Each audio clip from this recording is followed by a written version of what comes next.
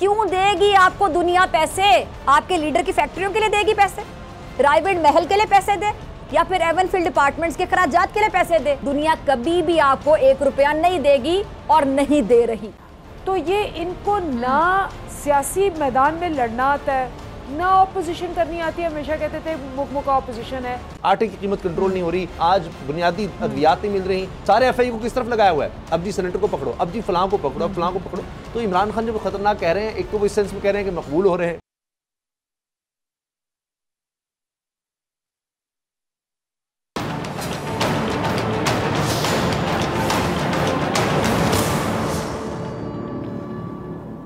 अस्सलाम वालेकुम। प्रोग्राम में खुश आमदीद। हुकूमत को हर महाज पर नाकामी, कप्तान के खिलाफ हर हरबा नाकाम, मजहब कार्ड इस्तेमाल करने की साजिश, माइनस इमरान खान फार्मूला नाकाम, इमरान खान कानून और इंसाफ की बालादस्ती के लिए पुरअज़्म, दहशतगर्दी केस में शामिल तफ्तीश, मुस्लिम लीग नून की मुनाफिकाना सियासत बेनकाब, मिफ्ता इस्माइल की दोहरी पॉलिसी, IMF से मोहलत तलब, अवाम पर मजीद बोझ डालने की तैयारियाँ। नाज़रीन, किसी भी मुल्क की हुकूमत की सबसे पहली जिम्मेदारी पता क्या होती है? कि वो अपने माशरे में अमन व अमान को यकीनी बनाए, नफरत और इंतहा पसंदी को फैलने से रोके। अगर आपको ये वीडियो पसंद आई तो लाइक पे क्लिक करें और फैलाने वालों के खिलाफ कार्रवाई भी करें। मुल्क में रहने वाले हर शख्स के जानो माल की हिफाजत को यकीनी बनाए। लेकिन अगर कोई हुकूमत खुद ही अपने माशरे को तबाही की जानिब धकेल दे, अगर किसी हुकूमत की पॉलिसी ही मुल्क में अनारकी और अफरा तफरी फैलाना बन जाए, अगर किसी हुकूमत का मकसद ही माशरे में इंतशार और खाना जंगी को हवा देना हो, तो फिर ऐसी हुकूमत को क्या हुकूमत माना जाएगा? पाकिस्तान वो मुल्क है जहाँ मजहबी मुनाफरत ने कई जानें ले ली हैं, कई ख़ानदान और बस्तियाँ उजाड़ दिए। इस मुल्क को कई 100 बार मजहब के नाम पर जलाया गया, नुकसान पहुँचाया गया, तोड़ फोड़ की गई, मासूम और बेकसूर लोगों की जानें चली गईं। इसके बावजूद आज इस मुल्क में नई तारीख रकम की जा रही है। आज इस मुल्क में एक नई और ख़तरनाक रिवायत डाली जा रही है। आज हमारे मुल्क की हुकूमत किसी इंतहा पसंद या इंतशार फैलाने वाले को रोकने की बजाय खुद मज़हब के नाम पर हमारे माशरे में एक ऐसी आग लगाने की कोशिश कर रही है जो अगर लग गई, खुदा ना खास्ता, तो बड़ी मुश्किल से काबू में आएगी। पता नहीं आएगी भी कि नहीं।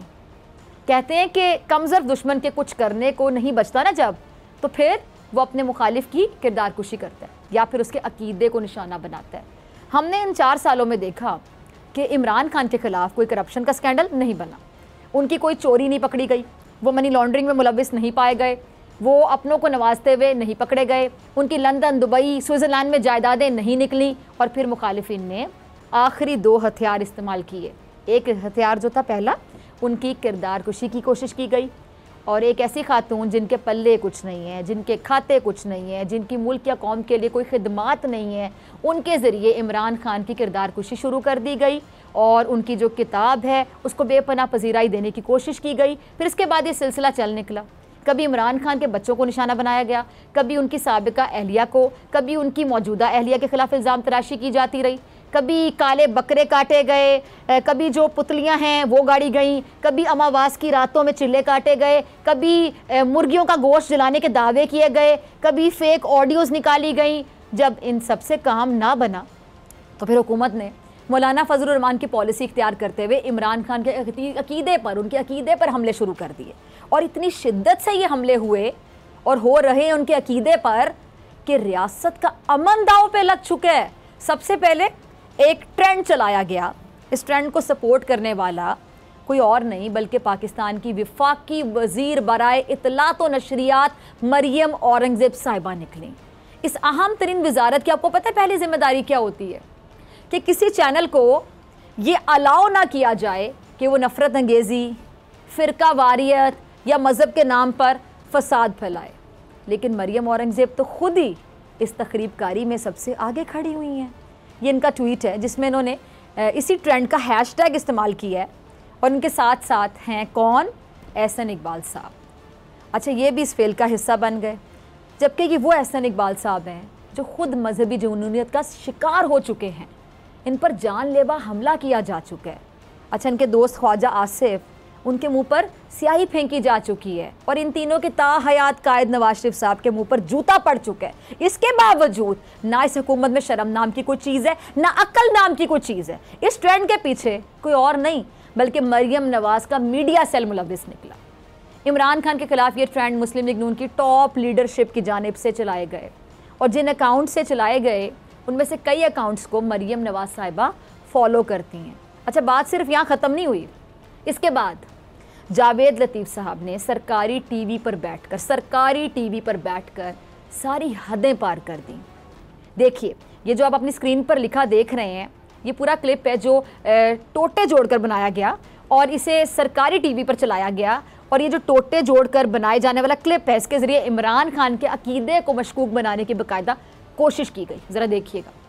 गैर ये सोचे समझे कि अगर मुआशरे को मजहबी मुनाफरत की तरफ धकेल दिया गया तो इसका अंजाम पूरे मुल्क के लिए भयानक होगा। सरकारी टीवी का अपने सियासी मुखालिफ के लिए इतना गलीज इस्तेमाल किया गया और करने वाला कौन? जावेद लतीफ़, जिन पर पहले जब तशद्दुद किया गया था तो क्या कहना था उनका, ज़रा ये भी सुनिएगा।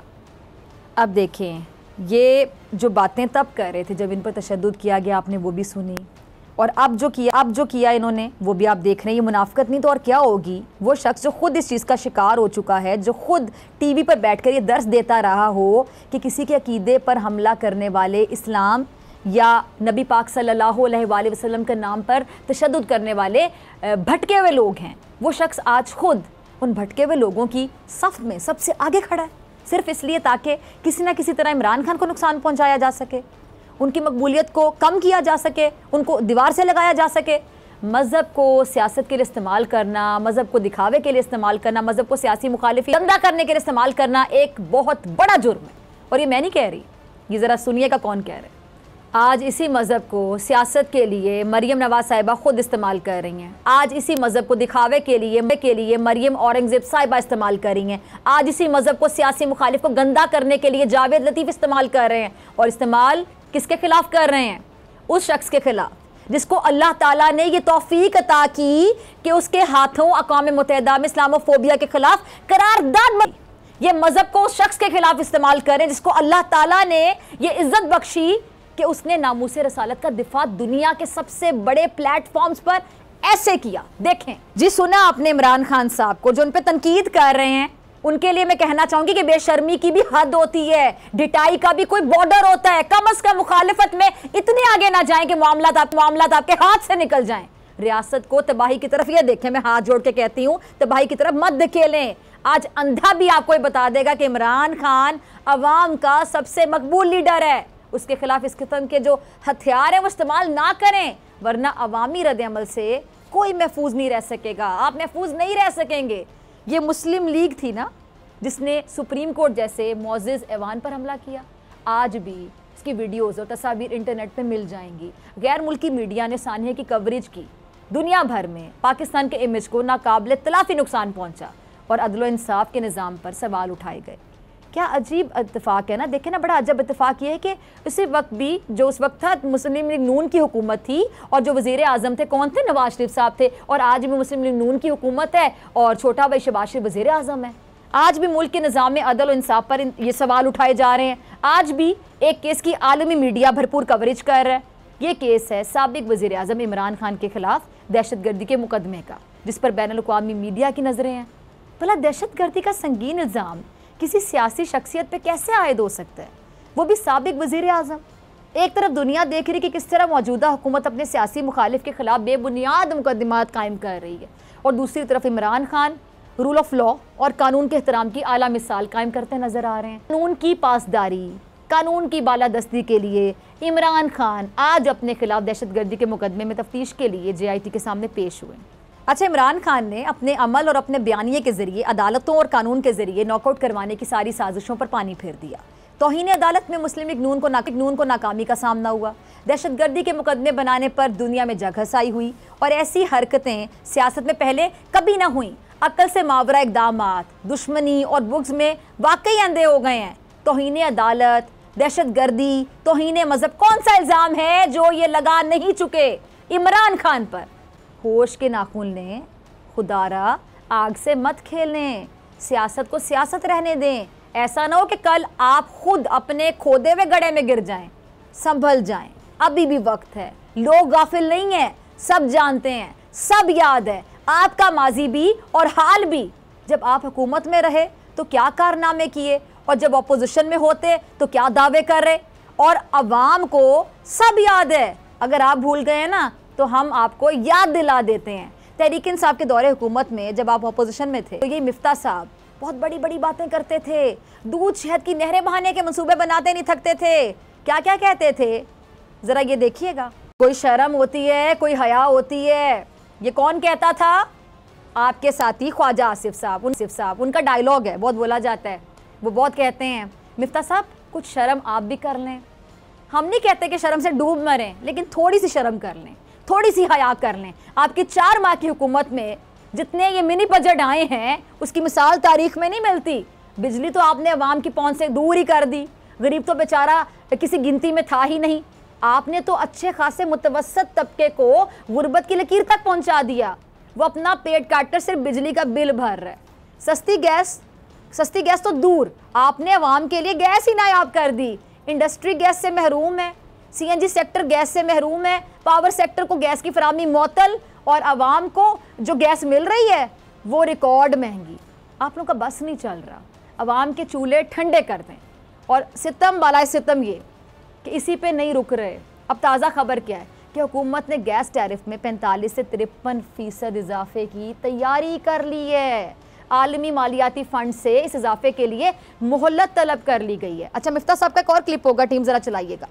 जी नाजरीन, यू टर्न देखा आपने, बल्कि मैं से मुनाफिकत कहूँगी। ऑपोजिशन में तो बिजली, पेट्रोल गैस सब सस्ती हो रही थी। हुकूमत में आकर आप कहते हैं कि हमारे हाथ में कुछ है ही नहीं। और मिफ्ता साहब माजरत, क्यों देगी आपको दुनिया पैसे? आपके लीडर की फैक्ट्रियों के लिए देगी पैसे, रायविंड महल के लिए पैसे दे, या फिर एवनफील्ड अपार्टमेंट्स के खराजात के लिए पैसे दे? दुनिया आपको पैसे नहीं देगी। क्यों देगी? क्योंकि पूरी दुनिया को पता है आपकी लीडरशिप के किरदार का। दुनिया कभी भी आपको 1 रुपया नहीं देगी और नहीं दे रही। इसलिए तो army chief general Qamar Javed Bajwa साहब को दोस्त ममालिक के सरबराहान से राब्ते करने पड़ रहे हैं। आपके वज़ीर आज़म साहब अक़वाम मुत्तहिदा के जनरल सेक्रेटरी के साथ खड़े होकर उन्हें फरमाते हैं कि हमें पैसे दो, हम चोरी नहीं करेंगे, हमें पैसा दो, हम शफाफ तरीके से इस्तेमाल करेंगे। क्यों देनी पड़ रही हैं आप लोगों को सफाइयाँ? क्यों कहना पड़ रहा है आपको ये सब? मैं बताती हूँ आपको। आपके लीडर मफरूर हैं, मनी ट्रेल ना देने पर नाअहल हुए। पनामा पेपर्स में आप लोगों को सच दुनिया के सामने आ गया। आप लोगों को तो सच था। आपके आधे से ज़ायद जो वज़ीर हैं करप्शन के केसेस पर ज़मानतों पर हैं, या फिर उनके खिलाफ केसेस जो हैं वो अंडर ट्रायल हैं। वज़ीर आज़म खुद अपने अहल खाना के हमरा मुकदमात में नामजद हैं। अब ऐसे में कौन आपको नेक और पारसा करार देगा? कौन आप पे भरोसा करेगा? कौन आपके झूठ को सच समझेगा? कोई नहीं। दुनिया जानती है आपको, हर शहरी आपसे खूब वाकिफ़ है। अब वो दौर गुजर गया, अब तब्दीली आ चुकी है। अब ऐसे नहीं चलेगा। मिलते हैं ब्रेक के बाद।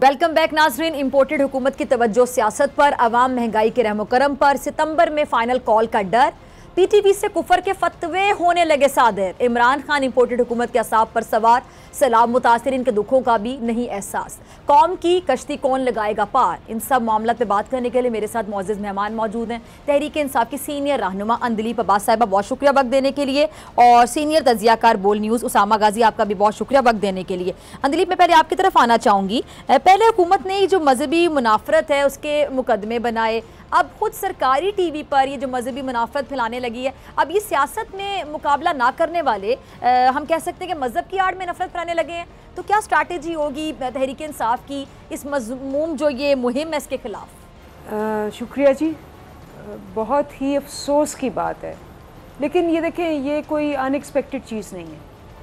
ये 40 साल से ये दोनों जमाते हैं और इन्होंने कभी भी किसी भी मेरिट पे कभी हुकूमत नहीं की। इनकी ये मज़हब को यूज़ करना और मज़हब के नीचे बेशुमार और चीज़ें करना, या सियासत को या इलेक्शन कमीशन को, आपको ख़ुद पता है कि नवाज़ शरीफ साहब ने बिल्कुल ओपनली कहा हुआ है कि 70 के बाद आज तक कोई इलेक्शन फ्री एंड फेयर नहीं हुए, जिसका मतलब है कि ये तो 4 दफ़ा आए और 4 दफ़ा पीपल्स पार्टी आई है, तो हमेशा ही रिग्ड इलेक्शन से आए। ये दोनों पार्टियां जो हैं आमरीत की पैदावार हैं, इन्होंने नौकरियां गुलामी की हुई है आमिरों की। जो पीपल्स पार्टी में भुट्टो साहब थे, वो फॉरेन मिनिस्टर थे अयूब खान के, वो उनके नौकर थे, सलूटे करते थे, उनके कैंपेन मैनेजर थे, उनके चीफ मार्शल लॉ एडमिनिस्ट्रेटर थे 1973 में। ये जो हैं, ये तो आपको पता है कि ज़ियाउल हक को अपना वालिद मानते थे और कहते थे मैं उसका मिशन आगे रखूंगा। तो इन पार्टियों ने हमेशा, और फिर अभी आपको पता है कि बेनज़ीर साहब और ये वापस कैसे आए जब मुशर्रफ ने एनआरओ दिया, तो ये इनको ना सियासी मैदान में लड़ना आता है, ना ऑपोजिशन करनी आती है। हमेशा कहते थे मुकमुका ऑपोजिशन है, और वही हुआ, जब ऑपोजिशन में आए ये बिल्कुल फेल हो गए। इन्होंने कभी भी मईशत को कहीं नहीं पहुंचाया। जब हम आए जून 18 में, ये मईशत को मूडीज़ के नेगेटिव रिस्क ही छोड़ के गए थे। हम छोड़ के गए, हम अप्रैल 9 को पॉजिटिव छोड़ के गए थे। 2 साल का पहली दफ़ा पाकिस्तान की हिस्ट्री में 2 साल मुसलसल 5.74 और 6% की ग्रोथ रेट छोड़ के गए। हम आपके 28% एक्सपोर्ट्स हाईएस्ट छोड़ के गए। हम महंगाई, हम कहते थे महंगाई हुई है, लेकिन कोरोना जो कि 100 साल की सबसे बड़ी आफत थी, अभी फ्लड्स है लेकिन फ्लड्स 3.5 करोड़ अवाम को हैं, और फ्लड्स पहले भी आते रहे, बहुत बुरी आफत है। लेकिन कोरोना 6 बिलियन लोगों को लगा, पाकिस्तान में 22 करोड़ अवाम एट रिस्क थे, और तकरीबन सबको हुआ बारी बारी। तो ये हमने उसमें पाकिस्तान की मईशत को नंबर 1 करार दिया। बहुत से इंडेक्सेस में हमारा जो 260 अरब रुपया गरीबों को डिस्ट्रीब्यूट हुआ, 1 पैसे की करप्शन ये साबित नहीं कर सके उस पर। बल्कि स्टैनफोर्ड यूनिवर्सिटी ने कहा जी 4 बेहतरीन एंटी पॉवर्टी प्रोग्राम्स में से दुनिया के है, और दुनिया को सीखना चाहिए। ये अब बैठ के ये पहले रिग करने की कोशिश की, सारा पैसा, सारी इस्टेब्लिशमेंट, सारी ब्यूरोक्रेसी, सारी मशीनरी, सारी 15 जमातों के चूचू के मुरब्बे मिल के ये हार गए। पंजाब में रिगिंग करने के बावजूद हार गए, उसके बाद ये कराची में हार गए, ये सियासी तौर पे हार गए। इन्होंने आके नैब को बंद किया, इन्होंने इलेक्ट्रॉनिक वोटिंग मशीनें बंद की, आई वोटिंग ओवरसीज़ की बंद की, उसके बावजूद हार गए। अब इनके पास कुछ भी नहीं है बेचने को।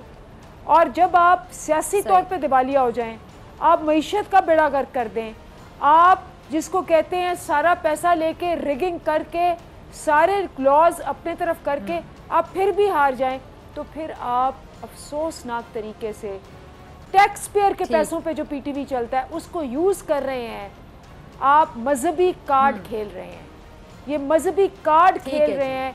और ये जो होता है ना, अल्लाह ताला सब देख रहा है। ये इंटरनेशनली पहले दहशतगर्द करार दिया इमरान खान साहब को। इमरान खान साहब तो आप छोड़ें, मेरे पे 7 केसेस, 4 दहशतगर्दी के, जिसमें से एक वो 788 वाला केस है जो कि मेरे ख्याल है यूसुफ रमजी के ऊपर होगा, और एक मेरे पे कत्ल का केस, डॉक्टर यास्मीन पे 7 केस। मुझे बताएं। और फिर टीवी बंद, एंकर्स बंद, इन्होंने यूट्यूब बंद। मुझे बताएं, किसी ये मार्शल लॉ में नहीं हुआ। ये सब कुछ करने के बावजूद हारी जा रहे हैं, हर मैदान में हार रहे हैं, और 22 करोड़ अवाम एक तरफ खड़ी है और ये एक तरफ खड़े हैं। अब जाके इनके पास कुछ भी नहीं रहा, तो ये मजहबी कार्ड यूज करें, वो भी टैक्स पेयर के पैसों पे। तो इसलिए ये जो सारा है, ये वो गेम खेल रहे हैं जो ये 30 साल खेलते आए हैं। लेकिन अब गेम रूल्स चेंज हो गए हैं, अब अवाम को शऊर आ गया है। मेरे आपसे पहले अवाम हमारा रिपोर्ट कार्ड सोशल मीडिया पे रख देती है, जो मैं कह रही हूँ वो उसका सच झूठ बना के सब कुछ रख देंगे, आपका, मेरा, चैनलों का, सब कच्चा छट्टा सामने आ जाता है। अब ये अवाम हमसे 10 गुना हाथ आगे है, ये इस बात को रियलाइज नहीं ठीक है जी, और इस पूरे चक्कर इस बात को रियलाइज नहीं करे। ठीक है, आपको घटिया से घटिया लेवल पे लेके जा रहे हैं। हर रोज हम समझते हैं कि इससे लो ये जा नहीं सकते, ये उससे भी लो एक लेवल तलाश कर लेते। ठीक है, अंदलीप आपका पॉइंट आ गया, मैं आपके दोबारा आती हूँ, सामा गाजी को शामिल गुफ्तगू करती हूँ। सामा, आपने अंदलीप को भी सुना, ये वाकई जो मजहब कार्ड है ये किस हद तक खतरनाक साबित हो सकता है, हालात किस तरफ जा सकते हैं, इनको इसका अंदाज़ा नहीं है कि कितना सेंसिटिव इशू हो सकता है ये। असल में जब आप किसी की बड़ा हसास मामला, आप नफ़रत में बहुत आगे तक चले जाएं और आपको ये नज़र आ रहा हो, मायूसी भी से कह सकते हैं, और फिर ये कि जी हर सूरत में इक़्तिदार की हवस, तो उसके लिए फिर मुल्क, कौम, लोग, इनकी कोई परवाह नहीं रहती। अगर आप मौजूदा हालात देखें, हमारे लिए सबसे बड़ा चैलेंज दहशतगर्दी का रहा, और अब दोबारा दहशतगर्दी सर उठा रही है। कहीं हमें सरहद पार से दोबारा अफगानिस्तान की तरफ से आप देखिए हमारे फौजी जवानों को निशाना बनाया जा रहा है, उनकी शहादतें हो रही हैं। अभी स्वात में दोबारा दहशतगर्दी सर उठा रही है, वहाँ पर अमन कमेटी पर हमले हो रहे हैं, वहाँ शहादतें हो रही हैं। उस वक्त में जब ये मुल्क सबसे ज़्यादा इसको जो नुकसान हुआ, जंगों से इतना नुकसान नहीं हुआ जितना दहशतगर्दी से नुकसान हो चुका है। हज़ारों लोग, 80,000 जाने चले गई। वो दहशतगर्द क्या कहते रहे कि जनाब हम मुसलमान हैं और ये यानी पाकिस्तानी जो पाकिस्तानी कौम है ये मुसलमान नहीं है, और इनको जो मारना है ये बिल्कुल जायज़ है। उसमें हमारे फौजी जवान आए, उसमें हमारे पुलिस एहलकार आए, उसमें मासूम बच्चे हों, औरतें हों, कोई भी हो। आपने पीएस का देखा। आज ये बदकिस्मती है हमारी कि पहली दफ़ा ये पाकिस्तान की तारीख में हो रहा है, सरकारी टेलीविज़न पर बैठकर हुकूमत का हिस्सा उसको बिठा कर पूरी प्लानिंग के साथ, पहले ज़ाहिर वो क्लिप्स ऐसे तो नहीं बनाए गए, वो जोड़कर साबित किया जा रहा है कि जनाब एक पॉलिटिकल लीडर है, आप ना माने लेकिन स्टैट्स बताते हैं सबके सामने, इस वक्त सबसे ज़्यादा मकबूल, सबसे बड़ी जमात, सबसे ज़्यादा वोट उसने लिए, उस जमात के लीडर को आप चेयरमैन कह रहे हैं कि जनाब ये मुसलमान ही नहीं है। आप बैठकर पूरा एक प्रोपेगेंडा इसका करें, आप पूरी कौम में मजीद इंतशार, मजीद तबाही, मजीद फ़िरकावारी तब फैला रहे हैं। पहले सियासी तौर पर हम डिवाइडेड थे, अब आप उसको मेन स्ट्रीम में पॉलिटिक्स में ला रहे हैं। मजहबी तौर पर मौलाना साहब अलग चलते थे, मुझे तो अफसोस पीपल्स पार्टी में भी है कि एक वक्त ये था कि एक वक्त में जब ये अपोजिशन में थे तो तब ये हुआ कि जी मौलाना साहब ने कहा जी मजहबी कार्ड हमने यूज़ करना है। बिलावल लड़ पड़े, कहते जी ये तो नहीं हमने होने देंगे। अवामी नेशनल पार्टी के रहनुमा बीच में, उन्होंने बीच में चाव करवाया। आज तो सारे इकट्ठे हो गए हैं इसमें। ये पूरी एक स्कीम के तहत हुआ। पहले एक साफी से इस तरह का ट्वीट करवाया गया, उसके बाद मरीम साहिबा ने आप देखिए कि चंद दिन पहले ये ट्वीट किया एक तरह का शिर्क के हवाले से और फलां फलां। अब उन्होंने एक कदम और आगे बढ़ाया। ये अगर इसका रास्ता ना रुका गया, मैं आपको बता रहा हूँ ये हर घर तक ये आग पहुंचेगी, हर घर तक, और इनको कोई एहसास नहीं है कि ये सियासत के चक्कर में किस तरफ जा रहा है, कि ये मामला कहां तक जा सकता है। अच्छा, मुझे ब्रेक का कॉल जा रहा है, नाज़रीन आपसे मुलाकात होगी इस ब्रेक के बाद।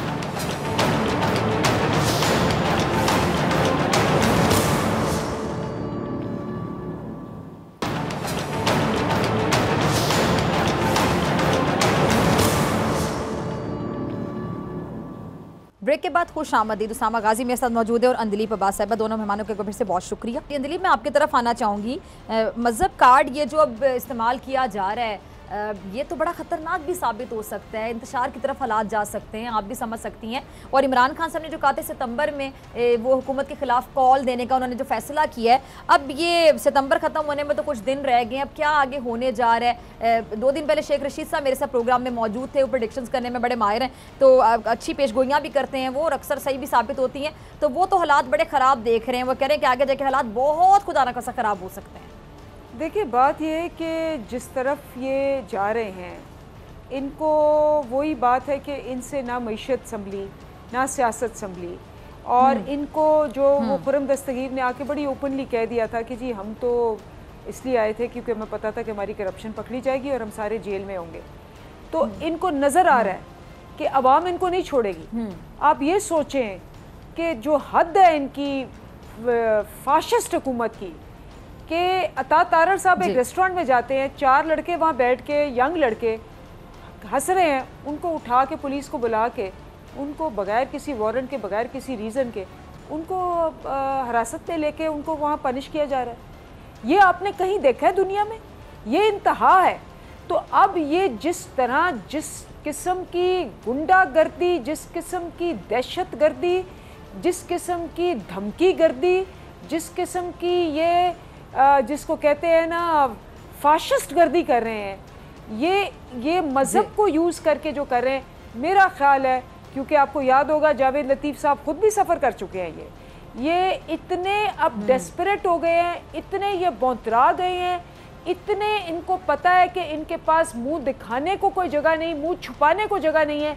ये अपनी तरफ से इंसाइट करके अल्लाह माफ़ी ये चाह रहे हैं कि कोई जाके खान साहब को इस बहाने कुछ कर दे, लेकिन इनको ये नहीं पता कि वो तो अल्लाह के हवाले में ये चीज़ें होती हैं।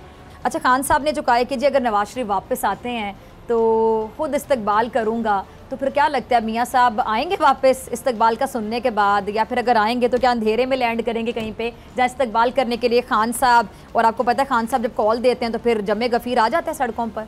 देखिए मियाँ नवाज़ शरीफ साहब, आपको पता है कि वो तो बिल्कुल ठीक ठाक थे, 2 साल वो वहाँ पिज़्ज़े खाते रहे हैं, कॉफ़ियाँ पीते रहे हैं, और वैसे वो सारे रो रहे हैं कि जी पाकिस्तान का बड़ा बुरा हाल है, आके ज़रा सैलाब ज़दगान के पास बैठे। मैं तो हर प्रोग्राम में एक चैलेंज करती हूँ, यह इन्होंने हमें कहा कि जी ये आप सैलाब ज़दगान को टाइम दें, आप तो जलसे कर रहे हैं। एक बंदे ने 5 घंटे में 1000 करोड़ रुपया रेज कर लिया सैलाब ज़दगान के लिए। एक पूरा मैकेनिज्म भी बता दिया कि जैसे पहले 260 अरब रुपया एक पैसा गरीबों के पास गया था और आप एक चीज़ नहीं कुछ कह सके थे उस पर, इसी तरह ये भी सब गरीबों के पास जाएगा। आप हुकूमत में हैं, मैंने कहा कि एक टेलीथॉन कर ले, शहबाज शरीफ आके कर ले, जरदारी कर ले, बिलावल कर ले, मरियम कर ले, नवाज शरीफ कर ले, मैं देखती हूँ लोग आपको कितने पैसे देते हैं, फिर मैं आपको पता चलेगा कि आपकी क्या हैसियत है। आप तो अपने फ्लैटों में कैद हो गए हैं, ये बाहर निकलते हैं लोग कहते हैं इनको चोर चोर, ये रेस्टोरेंट्स में जाते हैं लोग इनको कहते हैं चोर चोर। यहाँ तो यहाँ देखे एहसन इकबाल साहब ने यहाँ तो क्या किया, उनको धमकियां देके उनसे अपॉलॉजी ली। 2 दिन बाद वो अमेरिका गए, वो अमेरिका में सारे डॉक्टर्स जो बैठे हुए थे जहाँ महफिल में ये गए, जो उन्होंने हशर किया उनका एक लफ्ज नहीं बोल सके, भीगी बिल्ली की तरह सुनते रहे। क्योंकि यहाँ ये सारी इन्होंने जो गुंडागर्दी और पुलिस गर्दी अपने हाथ में रखी होती है वह जो है वो 2 मिनट में इनको निकाल के बाहर फेंके। तो इनकी सारी की सारी दहशत, इनकी ज्यादतियाँ, इनकी लूटमार पाकिस्तान के लिए है, और पाकिस्तान से ये खाते हैं, बनाते हैं और ये फिर बाहर इन्वेस्ट करते हैं। तो मुझे बताएं कि जब शहबाज शरीफ खड़े होके उनसे कह रहे हैं जी पाकिस्तान को पैसे दें, तो उन सबको पता है, सारे जो दोस्त ममालिक है, आज शहबाज शरीफ कह रहे हैं जी एक पैसा नहीं मिल रहा हमें, किसी से शर्म आती है, कोई पैसा देने को तैयार नहीं। क्यों दे वो, उनको पता है आपके अरबों रुपए बाहर इन्वेस्ट हुए हुए हैं, आप खुद पैसा बाहर लेके जा रहे हैं, आप खुद बाहर इन्वेस्ट कर रहे हैं, आप खुद जो है आपकी फैमिलीज बाहर हैं, आपके एसेट्स बाहर हैं, वो क्यों आपको पैसा दें जी। तो ये उन्होंने बेवकूफ समझा हुआ पाकिस्तानियों को। सेनेटर सैफ नियाज़ी के घर पर छापा मारा गया है, उनका फोन, पंजाबी कार्ड खेले, उनका कंप्यूटर उठाया गया है, कार्ड खेले, you have run out of your cards. ठीक है। अच्छा अंदरीप साहिबा, ये जो अभी सेनेटर सैफ नियाज़ी के घर पर छापा मारा गया, उनका फ़ोन कंप्यूटर उठा लिया गया है, तो इस पर मैं आपका कमेंट चाहूँगी। क्या ये हुकूमत अवामी मसाइल से हटकर अपना सारा फोकस सिर्फ इंतकाम लेने की तरफ रखे हुए है? अब अगर इंतकाम लेते रहेंगे तो फिर बेचारी अवाम का क्या कसूर है, उनसे किस चीज़ का बदला लिया जा रहा है? महंगाई कम करने आए थे ये, इनको जल्दी थी कि इमरान खान से छुटकारा दिलवाना है अवाम को ताकि महंगाई कम हो जाए। महंगाई तो बढ़ती चली जा रही है क्योंकि इनका सारा जो फोकस है वो तहरीक इंसाफ से बदले लेने पर, इंतकाम लेने पर लगा हुआ है। देखिए इन्होंने तो आके सिर्फ ये किया कि अपने केस बंद किए, इलेक्ट्रॉनिक वोटिंग मशीन्स बंद की हैं, उसके बावजूद हार गए, और इन्होंने मीडिया बंद किया, और इन्होंने हमारे वर्कर्स बंद किए। हम जैसे वर्कर्स दहशतगर्दी के मुकदमे करके 25 मई के बाद आपने देखा क्या किया, अब इनको दोबारा कॉल का मसला पड़ा हुआ है कि कॉल ना आ जाए। अब ये पहले शहबाज गिल को, अब वो बेचारे सैफुल्ला, उसकी बीवी का भी मोबाइल ले लिया, उसकी 2 छोटी छोटी बच्चियां हैं, वो सहम के देख रही हैं कि क्या हो रहा है। मतलब जिसको कहते हैं इंसानियत, क्या ये तो हैवानियत और बर्बरियत से भी आगे निकल गए हैं। हमने इस पे पूरा केस करना है और केस कर रहे हैं। देखिए हमने तो फाइट करनी है, हमें इंसाफ मिले ना मिले हमने फाइट करनी है, ये माने ना माने हमने अपनी जिद्दोजहद रखनी है। ये हमारे लिए जहाद है पाकिस्तान को बचाना, और इसमें हमें बहुत से मकामात पे हमें शिकस्त मिलेगी और बहुत से मुकामात पे हमें जीत मिलेगी, और यही होता है जहाद का। लेकिन हमने इस इम्पोर्टेड, जिसको कहते हैं नाजायज हुकूमत को यहाँ नहीं टिकने देना।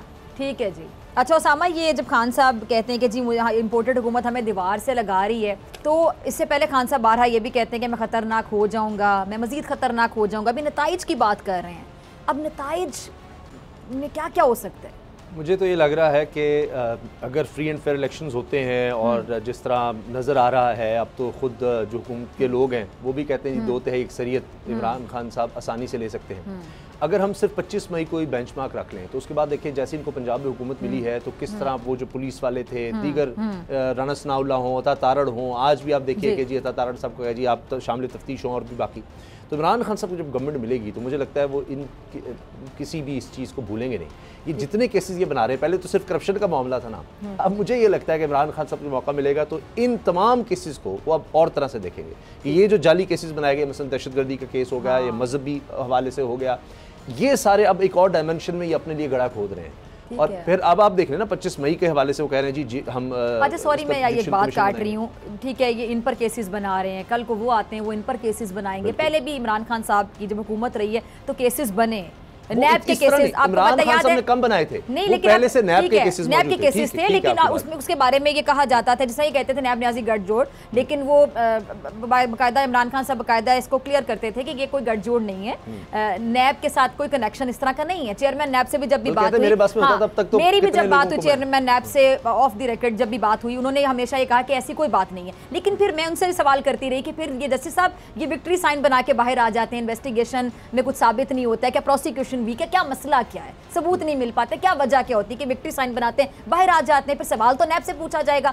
या केस वीक है, आप कहते हैं हम केस और फेस वाली जो बात करते हैं ये नहीं देखते वो देखते हैं, तो मुझे बताएं कि फिर ये अब केसेस ये बनाएं फिर वो अपनी बारी में बनाएं, ऐसे में इकोनॉमी सफर करती रहेगी, अवाम के मसाइल सफर करते रहेंगे, टारगेट एक दूसरे से बदले लेने बनता रहेगा। इस टाइम में किसी पार्टी के साथ या किसी पार्टी के खिलाफ बात नहीं कर रही। आपकी बात सही है, लेकिन फिर यही है ना कि इमरान खान साहब पर एक प्रेशर तो आएगा उनके कारकुनों का। आज अगर एक सेनेटर के घर पर छापा मारा जाता है और देखिए ना वजह क्या कि जी वो नामंजूर सेट हो चुका है तो चलता रहेगा नामंजूर, लेकिन वो ये कहेंगे कि जनाब कानून पर भी तो अमल दरामद करना है। जिस तरह औरतों और बच्चों के साथ जो सलूक किया गया, क्या हम इसको भूल जाएं, क्या हम इसको छोड़ दें? तुम्हारे कारकुन अगर जदोकोब किया गया, हम कैसे इसको जाने दें? इसी तरह से एक सेनेटर है, उसके घर जाकर कहते हैं ये नामंजूर.com आपने जनाब बनाया तो आप बाहर से फंडिंग ले रहे हैं। अब कोई भी इस तरह से फंडिंग स्टेट बैंक के अलावा तो नहीं आ सकती। अब असल में यह है कि इनकी फंडिंग ही ना हो सके, ये इनकी टेलीथॉन है वो नाकाम हो जाए, कुछ भी इमरान खान कर रहा है, वो एक फोबिया सा हो गया है। कोई प्रेस कॉन्फ्रेंस इन्होंने अपनी कारकर्दगी नहीं करनी कि बिजली की कीमतों को हम कंट्रोल करने के लिए क्या करने जा रहे हैं, गैस का आगे बहरान है उसके लिए क्या करें, गंदम का बहरान आ चुका है, आटे की कीमत कंट्रोल नहीं हो रही, क्यों, किसकी वजूहात क्या है, क्या हम करने लगे हैं, आज बुनियादी अद्वियात नहीं मिल रही, क्यों नहीं मिल रही, हम क्या करने लगे। नहीं, इमरान खान। अब आप देख लेना सारे एफआई को किस तरफ लगाया हुआ है, अब जी सेनेटर को पकड़ो, अब जी फलां को पकड़ो, अब फलां को पकड़ो। तो इमरान खान जब खतरनाक कह रहे हैं, एक तो वो इस सेंस में कह रहे हैं कि मकबूल हो रहे हैं, वो 2 तिहाई अक्सरियत की तरफ जा चुके हैं, पता नहीं इससे ज्यादा क्या होगा, कितनी लिमिट है, क्योंकि ये हर रोज इमरान खान को मकबूल करते चले जा रहे हैं, कमजोर केसेस बनाकर, जाली केसेस बनाकर। और जब फिर यही होगा कि मुझे ये लगता है कि इमरान खान साहब खड़े हो जाते हैं और इनके पास ये रास्ता होगा कि जो मरीम साहब पासपोर्ट की कोशिश कर रही हैं, तो मुझे लगता है जब भी इलेक्शन हो गए, free and fair election, Imran Khan साहब की जीत वाज़ेह नजर आ रही है। और उसके बाद अल्लाह करे कि इमरान खान साहब अपना फोकस इकोनॉमी पे रखें, अल्लाह करे कि वो अपना फोकस इकोनॉमी रखें। कहते हैं मैंने बहुत कुछ सीखा है, आते ही वो इकोनॉमी की तरफ तवज्जो रखें, तो ये लोग खुद ब खुद साइडलाइन हो जाएंगे। लेकिन मुझे नहीं लगता वो आएंगे तो इकोनॉमी को भी करेंगे, जिस तरह आप कहते हैं सलाब गानों को भी करूँगा और हाँ जी और जल्द से भी करूँगा, इसी तरह वो इनके खिलाफ केसेस बनाएंगे। ठीक है जी, बहुत शुक्रिया उसामा गाजी आपका भी, अंदलीब अब्बास आपका भी। इसी के साथ मुझे दीजिए इजाजत, आपसे मुलाकात होगी इंशाल्लाह टाइम सेम चैनल की जिंदगी ने वफा की दुआ में याद रखिएगा, अपना बहुत ख्याल रखिएगा। लाने के बाद